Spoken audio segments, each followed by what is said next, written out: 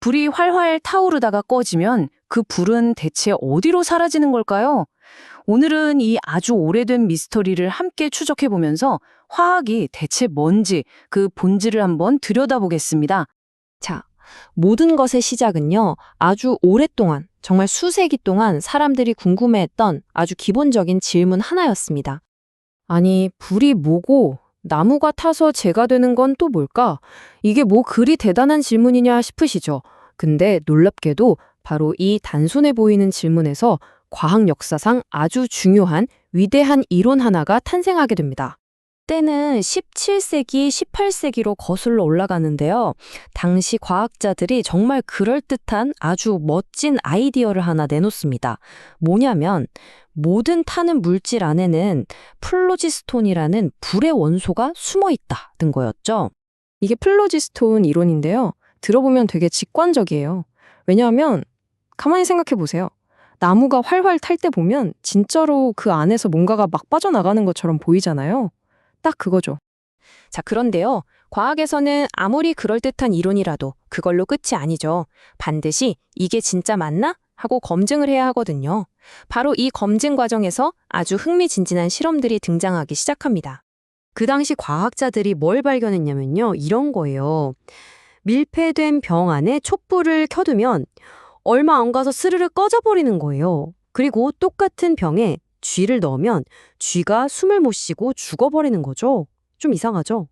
자, 그럼 이걸 플로지스톤 이론으로는 어떻게 설명했을까요? 아주 간단했습니다. 병 안의 공기가 촛불에다 나온 플로지스톤으로 꽉 차버려서 더 이상 플로지스톤이 나올 자리가 없으니까 불이 꺼진 거다라고 말이죠. 어때요? 진짜 그럴듯하지 않나요? 바로 이겁니다. 어라, 촛불이 꺼지네? 이게 바로 관찰이죠. 혹시 플로지스톤 때문인가? 이게 가설이고요.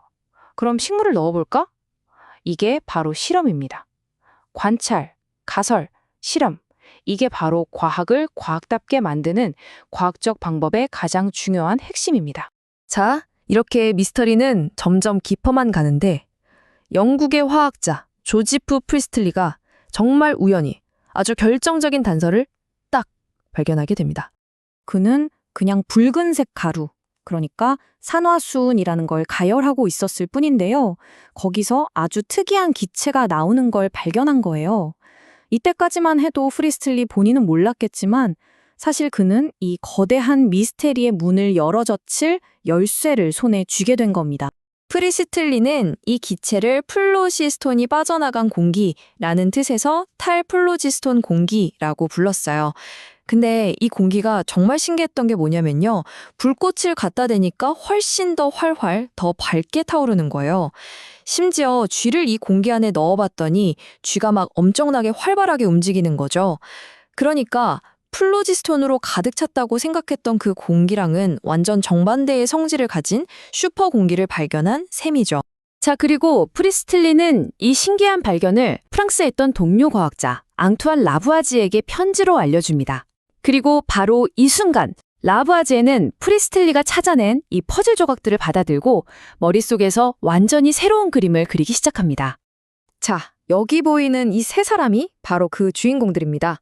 왼쪽의 슈탈이 플로지스톤이라는 멋진 이론을 제안했고 가운데 프리스틀리가 결정적인 단서를 발견했죠.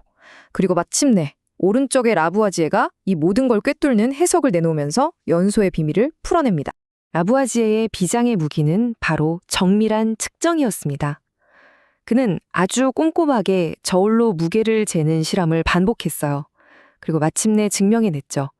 연소, 즉 물질이 타는 건 그 물질에서 플로지스톤 같은 게 빠져나가는 게 아니라 정반대로 공기 중에 있던 무언가가 그 물질에 달라붙어서 더해지는 과정이라는 것을요. 자, 한번 보세요. 플로지스톤 이론은 연소가 물질에서 뭔가를 방출하는 거라고 봤죠? 그런데 라부아지에의 이론은 물질이 공기 중에 산소랑 결합하는 거라고 봤습니다. 완전히 180도 다른 생각인 거예요. 뭔가를 잃는 게 아니라 오히려 얻는다는 거죠. 이건 정말 생각의 틀을 완전히 깨부수는 말 그대로 패러다임의 전환이었습니다. 그리고 라부아지에는 프리스틀리가 발견했던 그 좋은 공기에 새로운 이름을 붙여줍니다. 산을 만드는 원소라는 뜻의 옥시젠, 우리가 지금 부르는 바로 그 산소입니다. 이렇게 산소라는 이름이 붙여지면서 드디어 연소에 대한 현대적인 이론이 완성된 거죠. 자, 이 플로지스톤 이야기가 우리에게 아주 중요한 걸 하나 알려주는데요. 바로 과학에서 법칙이랑 이론이 어떻게 다른가 하는 점입니다. 보세요. 물질이 탄다. 이건 그냥 우리가 눈으로 보는 현상, 즉 법칙이에요. 무엇이 일어나는지에 대한 답이죠. 반면에 왜 타는 걸까? 그 이유를 설명하려고 했던 플로지스톤은 이론이었던 겁니다. 결국 틀린 이론으로 밝혀졌지만요. 자, 그럼 이 길고 흥미진진했던 미스터리 추적극이 화학이라는 학문 자체에 대해서는 과연 뭘 알려주는 걸까요? 결론부터 말하면 이겁니다. 화학이란 건 결국 물질, 그리고 그 물질이 겪는 변화를 연구하는 과학이라는 거죠. 마치 나무가 재로 변하는 것처럼요. 모든 변화의 비밀을 파헤치는 학문, 그게 바로 화학입니다. 이 변화라는 게 뭐 거창한 게 아니에요. 우리가 매일 먹는 빵이 부풀어 오르는 것, 비 맞은 자전거에 녹이 쓰는 것, 식물이 햇빛을 받아 쑥쑥 자라는 것, 하다못해 지금 여러분의 뇌가 이 내용을 기억하는 그 순간까지도 전부 다 화학적인 변화가 일어나고 있는 겁니다. 정말 우리 삶 모든 곳에 화학이 있죠. 생각해보세요. 화학은 물리학, 생물학, 지질학 같은 거의 모든 과학 분야를 이어주는 다리 역할을 해요. 왜냐하면 생명의 비밀을 푸는 생물학도, 저 멀리 별을 연구하는 물리학도, 우리가 딛고선 땅을 연구하는 지질학도 결국엔 전부 물질을 다루고 있거든요.